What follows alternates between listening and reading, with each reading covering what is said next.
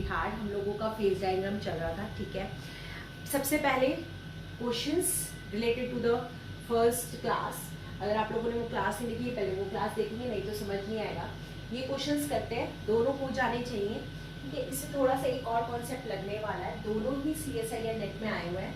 ये 13 में आया, ये 18 में आया। सुनो, a system consists of a gaseous hydrogen, oxygen, water and carbon dioxide। मतलब एक सिस्टम है जिसमें ये 4 गैसेस है। where the amount of, this is very very important, where the amount of carbon dioxide is specified। Specified का मतलब है उसे कांस्टेंट कर दिया गया कि it is only this amount, ठीक है। उसको फिक्स कर दिया गया। And the equilibrium constant for the reaction, आपको ये पूरी रिएक्शन दे दी गई। आपको पूछा है डिग्री ऑफ फ्रीडम, तो हमें पता है डिग्री ऑफ फ्रीडम का जो फॉर्मूला होता है वो हमारा होता है C - P+2। आप सोचोगे कि इसके थ्रू हम लोग कर लेंगे, ठीक है। अब हमारे आज ही एक नया फॉर्मूला भी करते हैं, रिड्यूस्ड प्रेशर फॉर्मूला। क्या बोलते हैं इसे? Reduced pressure formula. ठीक, इसमें क्या होता है, अगर आपको कोई भी चीज स्पेसिफाइड कर दी जाए, कांस्टेंट कर दी जाए, तब आप एक वैल्यू माइनस करते चले जाएंगे। अगर आपको कोई भी वैल्यू जैसे मान लो प्रेशर इज कांस्टेंट, तो आप -1 कर देंगे। अगर आपको बोला this component is composition is constant, तो वो माइनस करते चले जाएंगे, ठीक है। तो इसे बोलते हैं रिड्यूस्ड प्रेशर फॉर्मूला। जैसे अब यहाँ पे, अब सबसे पहले हम लोग फेज कितने हैं, फेजेस कितने हैं यहाँ पे। अब देखो ऑल आर गैसेस, तो phases is 1। All are gases, सारी की सारी, तो यहाँ पे गैसेस है। देखो ये भी गैस, ये भी गैस, ये भी gas, carbon dioxide is also a gas. और गैस के लिए हम लोग क्या यूज करते हैं? 1। कंपोनेंट के लिए हम लोग क्या करते हैं? कंपोनेंट के लिए जितने कॉन्स्टिट्यूएंट्स हैं वो सारे के सारे लेते हैं, 1 2 3 4, क्योंकि कार्बन डाइऑक्साइड भी है 4। उसके बाद माइनस कर देते हैं, अगर इक्विलिब्रियम एस्टैब्लिश हो रहा हो या आयंस हो तो उनको माइनस कर देते हैं। तो इक्विलिब्रियम है 1 = 3, मतलब it is a 3 component system. अब आते हैं, अब क्या डायरेक्टली इस फॉर्मूले में लगाते हैं? नहीं। अगर आपको कोई भी चीज कांस्टेंट दे रखी होगी साथ में, तो आप ये जो फॉर्मूला है वो कन्वर्ट हो जाएगा F = C - P+2 - 1। आप जैसे मान प्रेशर, अब इसी में प्रेशर कांस्टेंट भी कह देते हैं, तो ये फॉर्मूला बन जाता है F = C - P+2 - 2, ठीक है। तो ये फॉर्मूला क्या हो जाता है?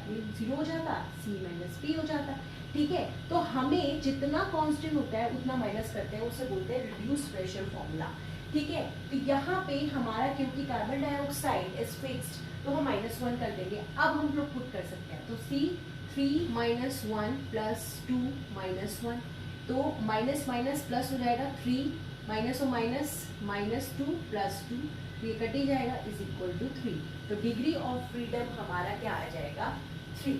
तो इस चीज को बहुत ध्यान रखेंगे कि अगर हमें कोई भी चीज कांस्टेंट दे रखी है तो हम वहां से उतना ही माइनस करते हुए चले जाएंगे। अगर इसी में प्रेशर भी कांस्टेंट का रखा होता है, टेम्परेचर कांस्टेंट का रखा होता है, तो हम उतनी ही अमाउंट्स माइनस करते चले जाते हैं, ठीक है। अब ये करते हैं next, in the phase diagram has, देखो ये वाला है हमारा क्लॉसियस-कैल्कुलन इक्वेशन का।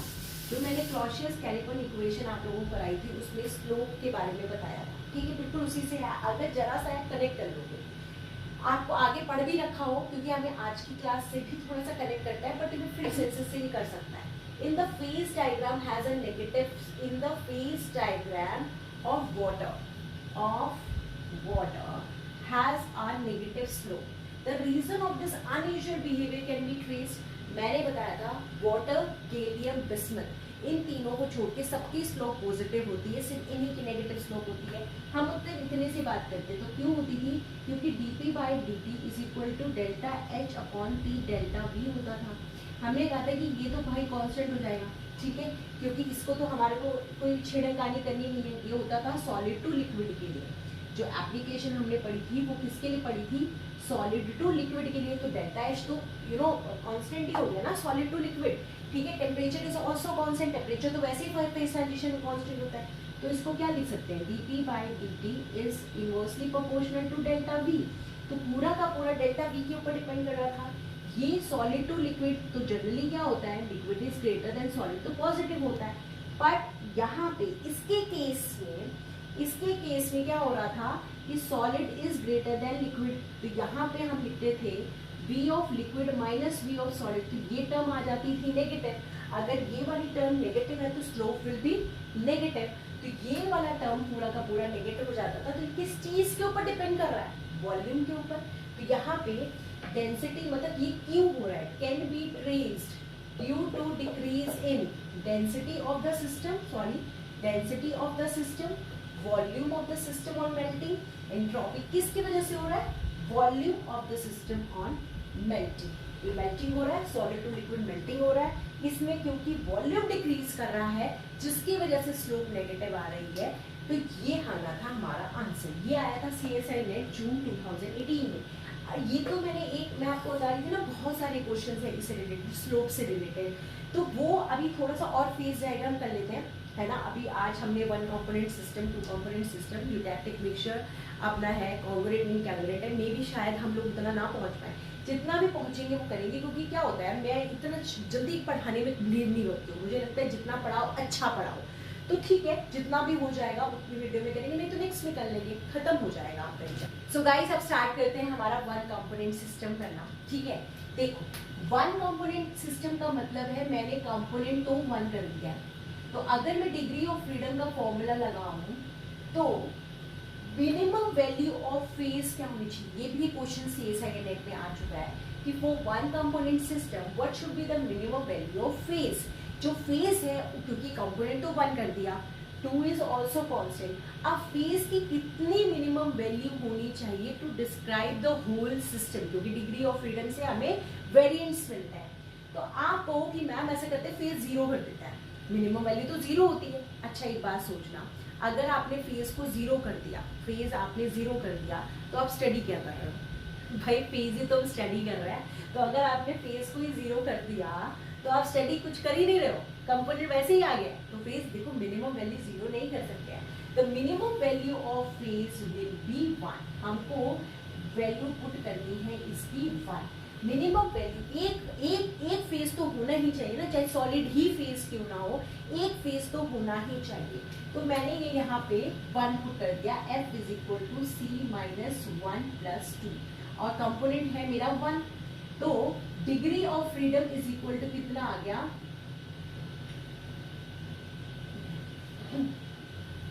डिग्री ऑफ फ्रीडम मेरा कितना आ गया 2 और 1 3, 3 minus 1 is equal 3 minus 1 is 2।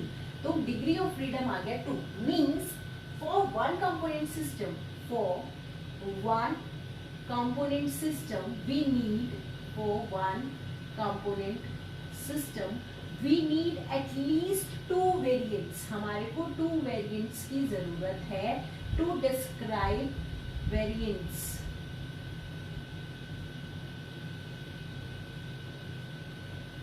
we need 2 variants to describe 1 component system।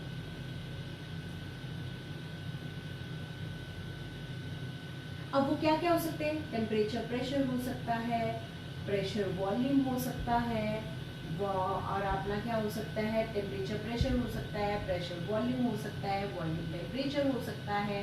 ठीक है, तो इनमें हम जनरली लेते हैं टेम्परेचर एंड प्रेशर। ये भी क्वेश्चन आ सकता है कि कौन से 2 वेरिएंट्स हम ले सकते हैं इन अ 1 component system is temperature and pressure, और वही हम लेते हुए चलेंगे। जो हमारा डायग्राम ड्रॉ होगा, यहाँ पे प्रेशर होगा और यहाँ पे टेम्परेचर होगा फॉर 1 कंपोनेंट सिस्टम। ठीक है, इतनी सी बात में समझ में आई। अब ना सिंपल सा एक ही स्टार्ट करें, तीन बनाएंगे। हमें 1 कंपोनेंट सिस्टम में 3 मेन जो है एग्जाम्पल्स पढ़ने हैं, एक वाटर, एक कार्बन डाइऑक्साइड और एक सल्फर। तीनों का एक ही साथ करेंगे, इसको ऐसा करेंगे। ठीक है, 3 कंपोनेंट सिस्टम, यहाँ पे और यहाँ पे। ठीक है, यहाँ पे मैंने बनाया वाटर, यहाँ पे बनाया मैंने वाटर, यहाँ मैंने बनाया कार्बन डाइऑक्साइड और यहाँ पे बनाया मैंने सल्फर। ठीक है, वाटर के लिए जो फेज डायग्राम होता है, क्योंकि इसकी स्लोप होती है नेगेटिव, ये तो भी हमने देख ही लिया, क्योंकि ये ऐसे और एक ही ऐसे। ठीक, कार्बन डाइऑक्साइड चाहे सल्फर हो, इनके लिए हमारी स्लोप होती है पॉजिटिव। ठीक है, तो स्लोप हो गई पॉजिटिव, ये ऐसे और ऐसे। अब सल्फर के लिए जो हमारा फेज डायग्राम, सल्फर के लिए जो हमारा फेज डायग्राम होता है वो होता है ऐसा।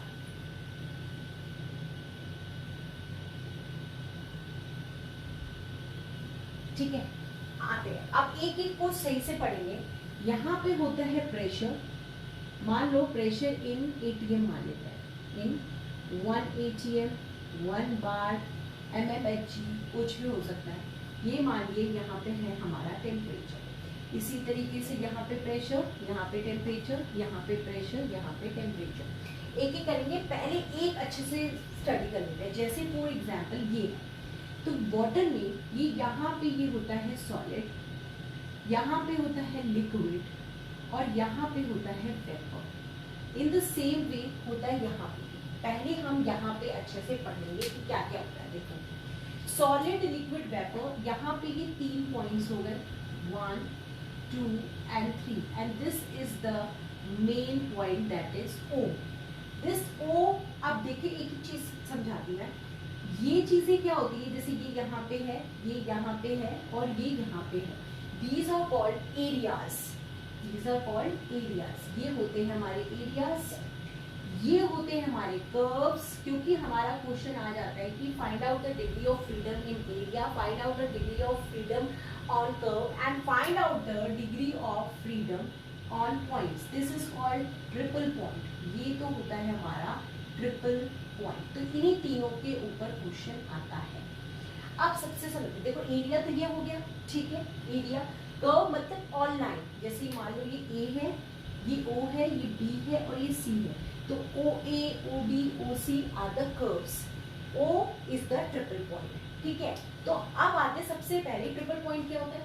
ट्रिपल पॉइंट एक ऐसा पॉइंट होता है जहां पे उस पर्टिकुलर जो भी अपना कंपोनेंट देखा है, जैसे वाटर ले रखा है, उसके जितने मैक्सिमम फेजेस अगर इक्विलिब्रियम पे मिल रहे हैं, that is called triple point. मतलब मैक्सिमम फेजेस इन इक्विलिब्रियम, जो भी मैक्सिमम फेजेस इक्विलिब्रियम में मिल रहे होंगे जिस पॉइंट पे, उस पॉइंट को हम क्या बोल देंगे, ट्रिपल पॉइंट। और maximum phases one component system में कितने हो सकते हैं, वो हो सकते हैं 3।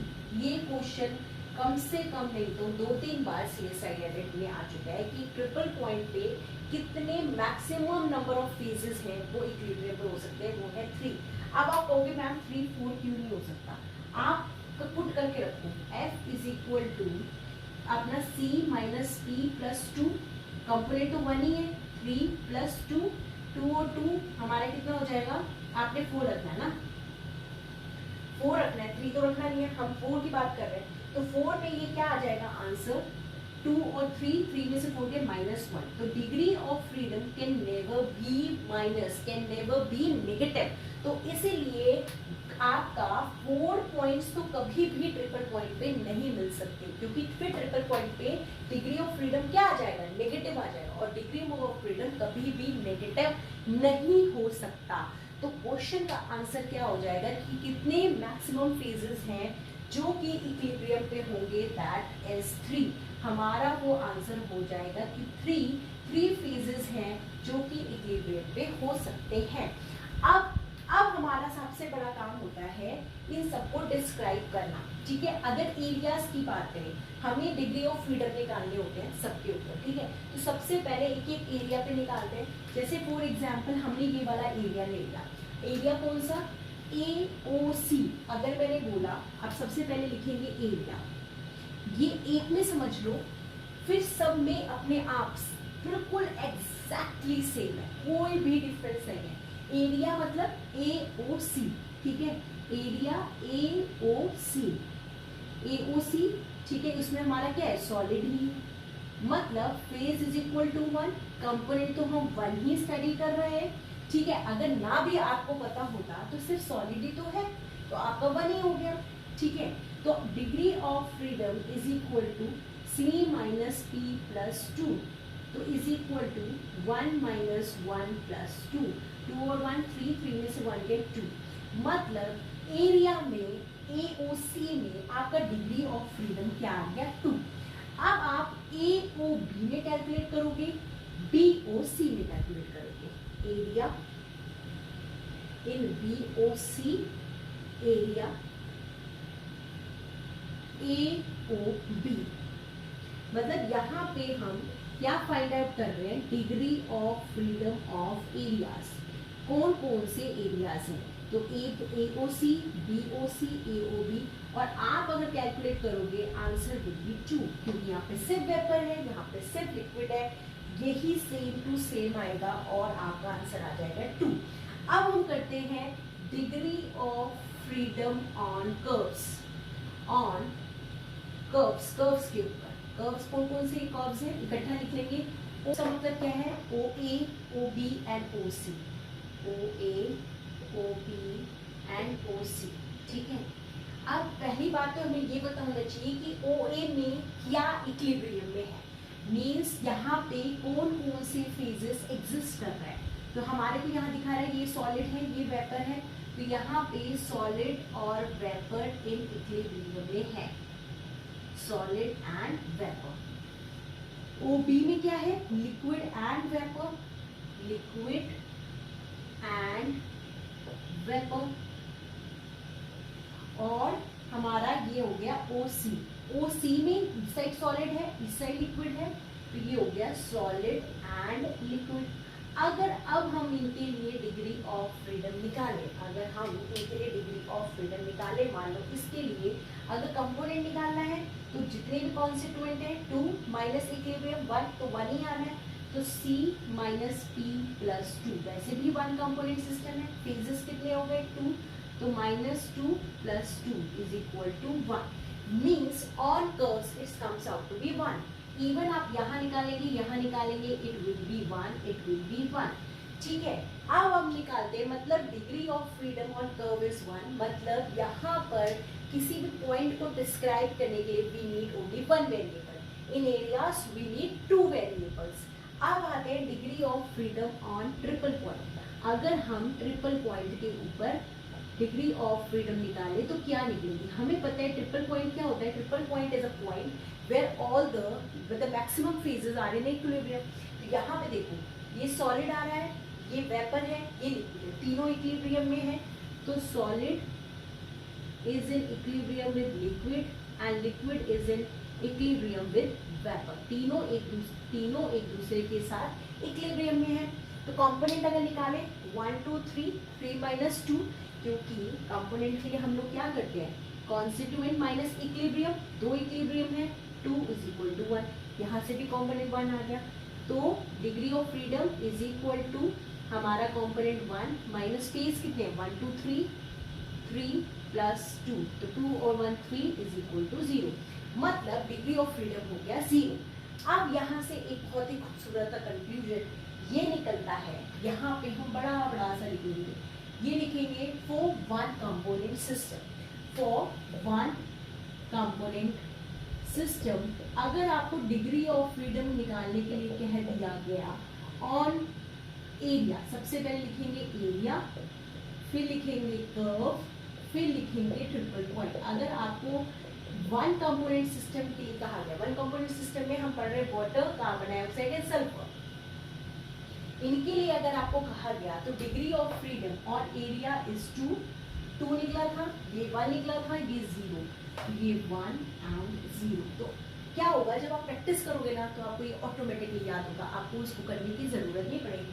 2 1 एंड 0, तो आपका आंसर आ जाएगा 2 1 एंड 0। आपको कैलकुलेट भी नहीं करना, आपको चाहे यहाँ चाहे यहाँ चाहे यहाँ।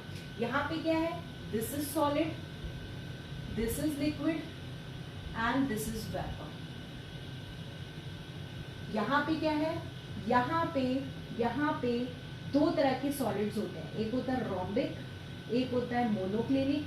ये हो गया लिक्विड सल्फर, और ये हो गया वेपर सल्फर। ये बहुत इंपॉर्टेंट है, क्योंकि जो सल्फर है वो 2 फॉर्म में एग्जिस्ट करता है सॉलिड फॉर्म में, एक रोम्बिक, एक मोनोक्लिनिक, ठीक है। तो यहाँ पे अगर एरिया निकालने के लिए कहे, मतलब एरिया में डिग्री ऑफ फ्रीडम आपको कहेगा, तो degree of freedom 2 on curves के ऊपर 1, और ट्रिपल पॉइंट, जैसे यहाँ पे 3 फेजेस मिल रहे हैं, अभी करेंगे अच्छे से। तो ये यहाँ पे अगर आपको डिग्री ऑफ फ्रीडम निकालना तो दैट विल बी 0। ये तो कॉमन पॉइंट हो गए तीनों के अंदर। अब आते हैं पॉइंट ऑफ डिफरेंसेस जो हमें इन तीनों के लिए पढ़ने हैं। इसमें जो ये स्लोप होती है, this slope, in case of water that is dp by dt, हमें पता है स्लोप क्या होती है आपकी परपेंडिकुलर बाय में base y2 minus y1 upon x2 minus x1, it is negative in case of water gallium crystal, याद कर लो। और सभी केस में dp by dt is equal to positive, चाहे कार्बन डाइऑक्साइड है चाहे हमारा सल्फर है, स्लोप हमारी dp by dt is equal to क्या आनी है पॉजिटिव। चलो ये बढ़िया हो गया। अब यहाँ हमें कुछ थोड़ा सा पढ़ना है। ये तो टू कॉपी है, यहाँ पे भी आप एरिया में निकालेंगे, यहाँ डिग्री ऑफ फ्रीडम निकालेंगे, यहाँ डिग्री ऑफ फ्रीडम निकालेंगे 2 निकलेगा, कर्व में 1 निकलेगा और ट्रिपल पॉइंट पे दैट इज अ जी, यहाँ पे आपका 0 निकलेगा। बिल्कुल एग्जैक्टली सेम इतना ही आपको पढ़ना है। अब हम इसके आगे थोड़ा सा अगर मूव फॉरवर्ड करेंगे, यहाँ पे डिफरेंस है क्रिटिकल टेम्परेचर एंड प्रेशर का, इन दोनों में डिफरेंस है क्रिटिकल टेम्परेचर एंड प्रेशर का।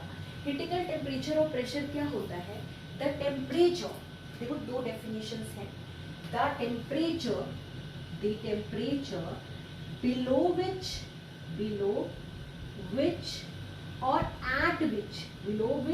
Eight which the gas get liquefied, gas जो है लिक्विड के अंदर कन्वर्ट हो जाए, मतलब उसका लिक्विफिकेशन वाला पॉइंट आ जाए, लिक्विफायर, तो उसको हम बोल देते हैं critical temperature pressure and it is unique obviously सबका अपना अपना है। This is called critical temperature and pressure, इसको हम बोलेंगे क्रिटिकल टेम्परेचर एंड प्रेशर।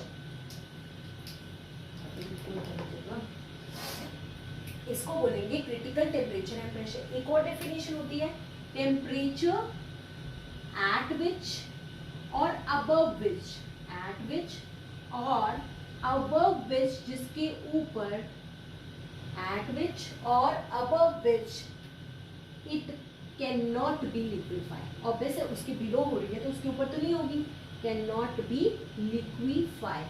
अब जैसे एक एग्जांपल देती हूँ, ये बहुत इंपॉर्टेंट है क्रिटिकल फेज में। अगर मान लो एक गैस है जिसका क्रिटिकल टेम्परेचर 25 डिग्री सेंटीग्रेड है, तो ये गैस 24 डिग्री पे और 25 डिग्रीज पे तो लिक्विफाई हो जाएगी, बट अगर आपने 25.5 कर दिया, 25.5 कर दिया तो ये लिक्विफाई नहीं होगी, this will not going to be liquefied. This is called critical temperature and pressure. तो इनके लिए क्रिटिकल टेम्परेचर और प्रेशर बहुत ही डिफरेंट होता है, ठीक है, तो वो बस हमको ध्यान रखना है, इन दोनों में यही डिफरेंस है।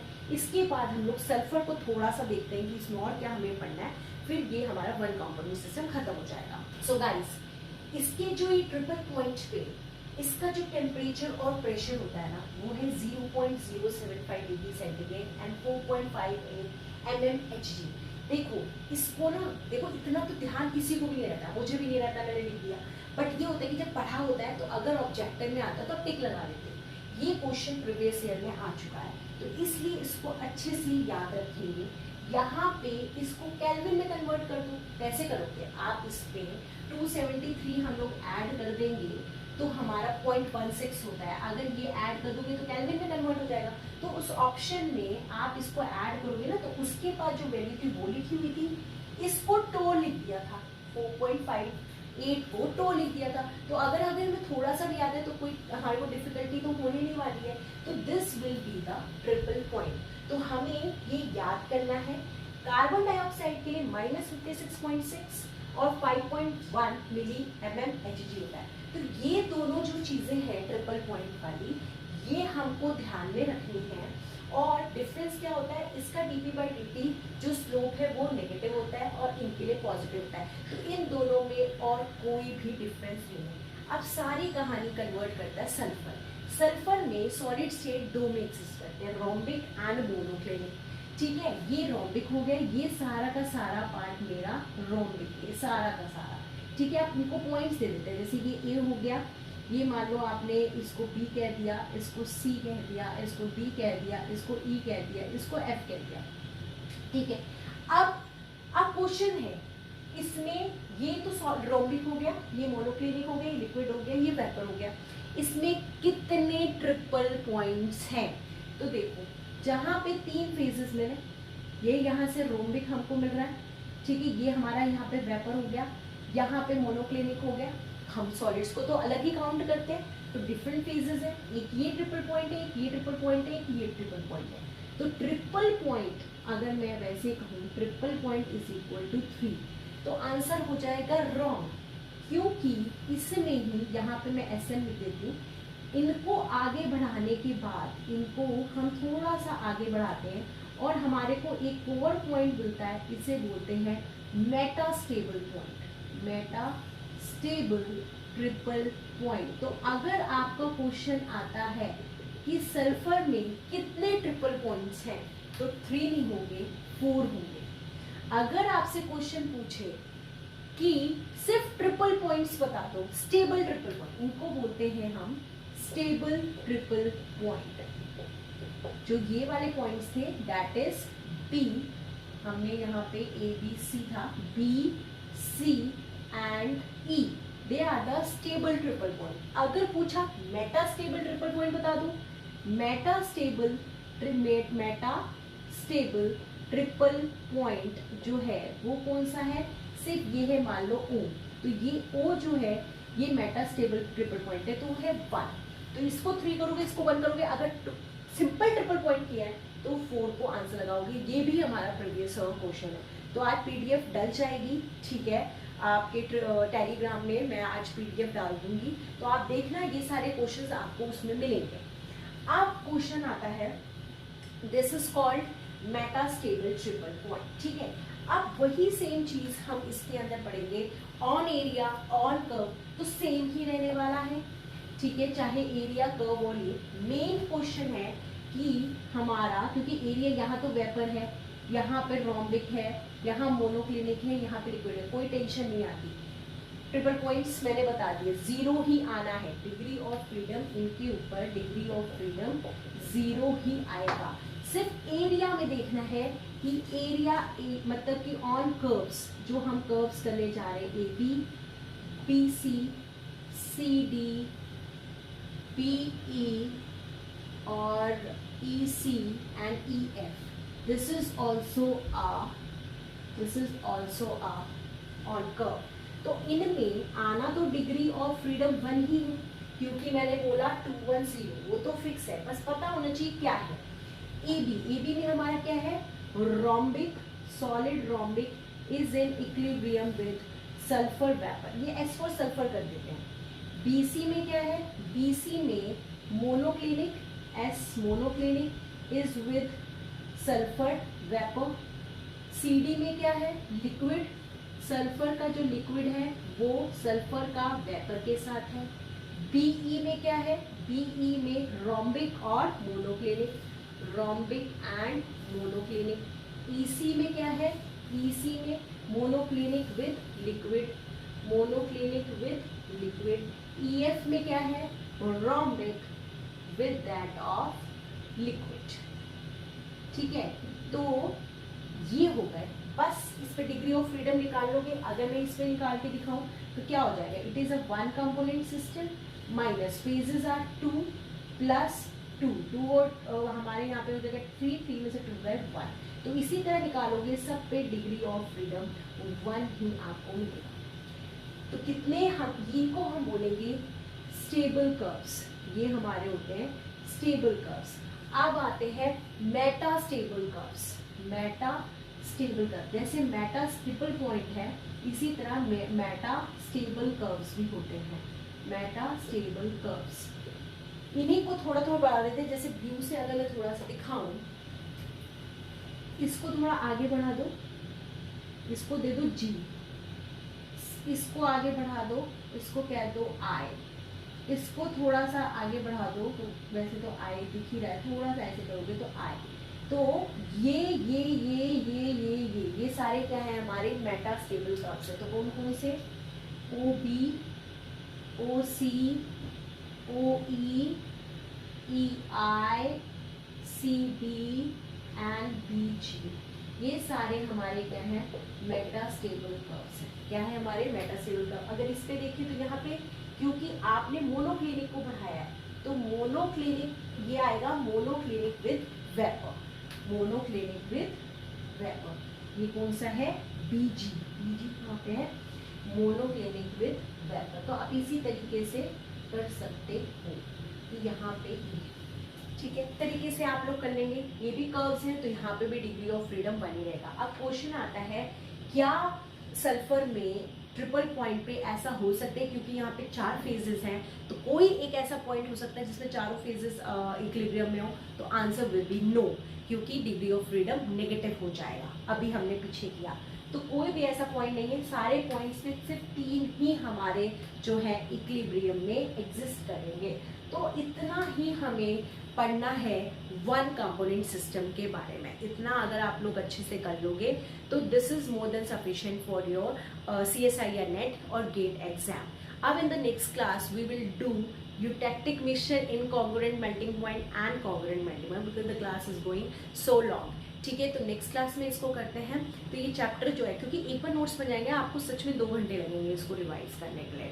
तो नेक्स्ट क्लास में नेक्स्ट क्वेश्चंस करते हैं, 1-2 क्वेश्चन प्रीवियस ईयर करके रहेंगे, फिर नेक्स्ट टॉपिक स्टार्ट करेंगे। This is for this video, thank you so much.